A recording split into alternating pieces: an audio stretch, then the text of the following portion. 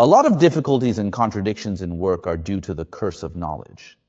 The same is true for marketing. Schlitz beer was not selling well.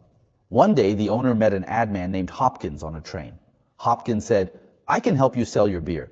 I'll write the ad for free. Just tell me your unique selling points." The owner said, "My beer's biggest problem is that it doesn't have a unique selling point. It's just like any other beer, made with German craftsmanship and flavor, refreshing the world. There's nothing special." Hopkins replied, "That can't be true. Every product has a selling point. Tell me about your production process." He explained how the beer was made, and when he got to the final step, Hopkins said, "Stop, we've found the selling point." "What is it?" "Before bottling, the beer bottles must be flushed with high-temperature pure oxygen, and then the cap is sealed after flushing.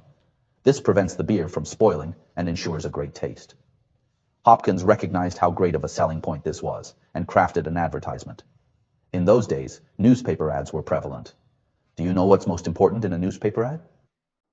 The headline. Which is better for newspaper ad headlines, long or short? Your answer is likely to be wrong. Longer is better. If your newspaper ad title doesn't explain the whole thing in one sentence, it's a waste.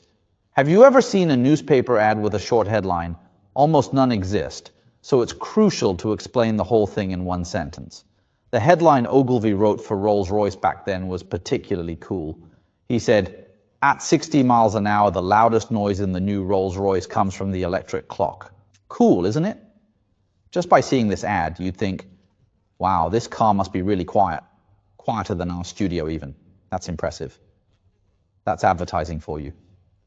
How about this for Schlitz? Every bottle of Schlitz beer undergoes high-temperature pure oxygen flushing before bottling to ensure its crisp taste. The Schlitz advertisement was featured with a long headline accompanied by an illustration of a bottle being blown with additional text beside it. However, upon reviewing it, the owner found it amusing but impractical. He explained to the Hopkins that this process was standard in beer production and not a unique selling point for Schlitz. Frustrated, the advertiser Hopkins proposed a bet. If the ad made money, the owner would pay him back. If not, it would be a gift. The two signed a contract and went back to run the ad. Now imagine yourself as a beer consumer. Would you be intrigued by an ad claiming that a beer undergoes high-temperature pure oxygen flushing to ensure its crisp taste? Definitely.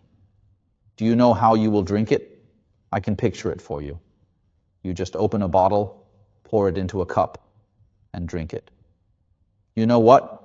The taste really is different. Do you believe it? So, other companies were furious when they saw this.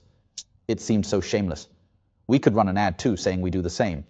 But have you ever seen an advertisement that says, "We do this too"? So why couldn't the owner find any selling point when he knows so much about beer? This is called the curse of knowledge. When you are too familiar with something, you find it difficult to articulate its value. Communication between people often suffers from the curse of knowledge, and this is the biggest tragedy between parents and children. That is, many parents love their children deeply, but the children are completely unaware of this.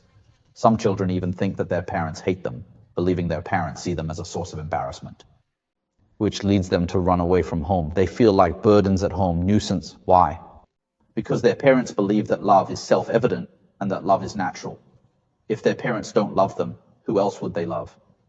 So their parents nag them every day, constantly criticize them, and scold them on a daily basis, causing them to think that their parents might prefer the neighbor's child because their parents always praises them. This is how the tragedy of life is caused.